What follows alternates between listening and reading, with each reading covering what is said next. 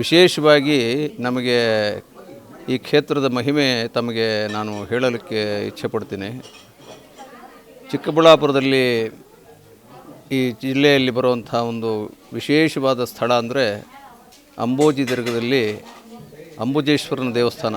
ಸುಮಾರು 1700 ವರ್ಷಗಳ ಹಿಂದೆ ಇಲ್ಲಿ ಅಂಬೋಜಿ ಮತ್ತು ಕುಂಭೋಜಿ ಅಂತ ಪಾಳೆಗಾರರ ಆಳ್ವಿಕೆಯಲ್ಲಿ ಈ ಸ್ಥಳದ ಒಂದು ವಿಚಾರ ನಮಗೆ ಇತಿಹಾಸದಲ್ಲಿ ಬರ್ತೈತೆ. ಇದರ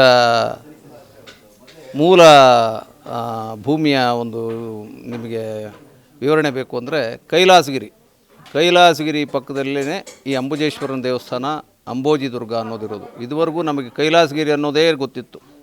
ಆದರೆ ಅಂಬೋಜಿ ದುರ್ಗದಲ್ಲಿ ಇಷ್ಟು ಮಹತ್ವಪೂರ್ಣವಾದಂತಹ ಒಂದು ವಿಶೇಷವಾದ ಸ್ಥಳ ಇದೆ, ಮಹಿಮೆ ಇದೆ ಅನ್ನೋದು ನಮಗೆ ಗೊತ್ತೇ ಇರಲಿಲ್ಲ ಸಾಮಾನ್ಯರಿಗೆ. ಈ ಒಂದು ಸಂಬಂಧವಾಗಿ ನಾವು ಹೇಳಲೇಬೇಕಾಗಿ ನಾವು ವಿಷಯ ಬಂದರೆ, ಇಲ್ಲಿ ಕ್ಷೇತ್ರ ಪಾಲಕನಾಗಿ ದುಷ್ಟ ಸಂಹಾರ ವೀರಾಂಜನೇಯ ಸ್ವಾಮಿ ಇದ್ದಾನೆ. ಆತನೇ ಸುಮಾರು 1700 ವರ್ಷಗಳ ಹಿಂದೆ ಸ್ಥಾಪಿತಗೊಂಡ್ರವನು. ಒಂದು 4 ಮಂಟಪದಲ್ಲಿ ಆ ಯಪ್ಪ ಇದ್ದಿದ್ದು.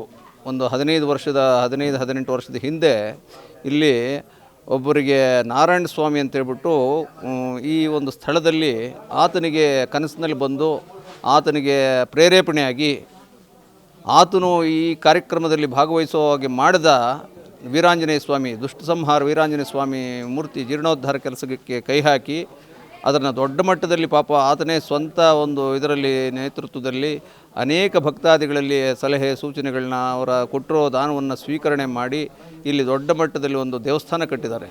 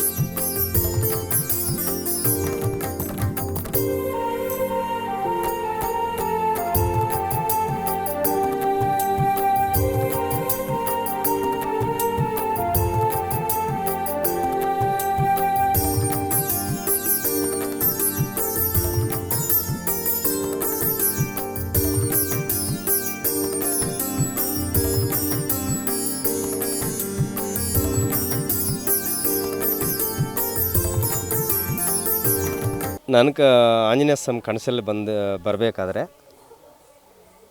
ಈ ಬೆಟ್ಟಕ್ಕಲ್ಲಿ ನಮ್ಮವರು ಕಾವಲಿದ್ರಂತೆ.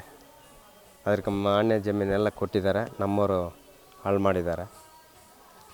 ಅದರ ಬಗ್ಗೆ ಹಳೆಯ ದೇವಸ್ಥಾನ ಉಳಿಸ್ತಾ ಇದ್ದೀವಿ. ಹಳೆಯ ದೇವಸ್ಥಾನಕ್ಕೆ ಒಂದು ದಾರಿ ಭಕ್ತಾದ್ರಕ್ಕೆ ಇಲ್ಲಿ ದಾರಿ ಮಾಡಬೇಕಾದ್ರೆ ಭಕ್ತಾದರು ನನಗೆ ಸಪೋರ್ಟ್ ಇಲ್ಲಿಗೆ ಒಳ್ಳೆಯದಾಗಿರೋರು ನನಗೆ ಸಪೋರ್ಟ್ ಮಾಡಿ ಒಂದು ಅನುಕೂಲ ಕೊಡ್ತಾಯಿದ್ದಾರೆ. ಆ ಅನುಕೂಲದಿಂದ ಡೈಲಿ ಅನ್ನದಾನ ನಡೀತಾ ಇದೆ, ಗೋಶಾಲೆ ನಡೀತಾ ಇದೆ. ನನಗೆ 52 ಬಾವುಟ ಕೈಲಾಸಗಿರಿಯಿಂದ ಉಣ್ಕೊಂಡು ಬರ್ತಾಯಿದ್ದೀನಿ. ಜನಕ್ಕೆ ಕೈಯಲ್ಲಿ ಮಾಡಿಸ್ತಾ ಇದ್ದೀನಿ. ಆ ಥರ ನಾನು ಕನಸಲ್ಲಿ ಬಂದಿರೋದು. ಆವಾಗ ಒಂದು 25 ಜನ ನಮ್ಮೂರಲ್ಲಿ ಒಂದು ದೇವಸ್ಥಾನ ಎಲೆಕ್ಷನ್ ಬಗ್ಗೆ ಮಾತಾಡ್ತಾಯಿದ್ರೆ ಆವಾಗ ಕೂತ್ಕೊಂಡು ಮಾತಾಡ್ತಾಯಿದ್ರು. ಆವಾಗ ಮಳೆ ಬೆಳೆ ಚೆನ್ನಾಗಿ ಆಗ್ತಾಯಿಲ್ಲ. ಇಲ್ಲಿ ಪೂಜೆ ಗೀಜೆ ಎಲ್ಲ ಮಾಡ್ಕೊಂಡು ಹೋಗಿದ್ರೆ ಸುತ್ತಮುತ್ತ ಹರ್ಷವ ಮಾಡ್ಕೊಂಡು ಹೋಗಿದ್ರೆ ಮಳೆ ಬೆಳೆ ಚೆನ್ನಾಗಿ ಆಗೋದು.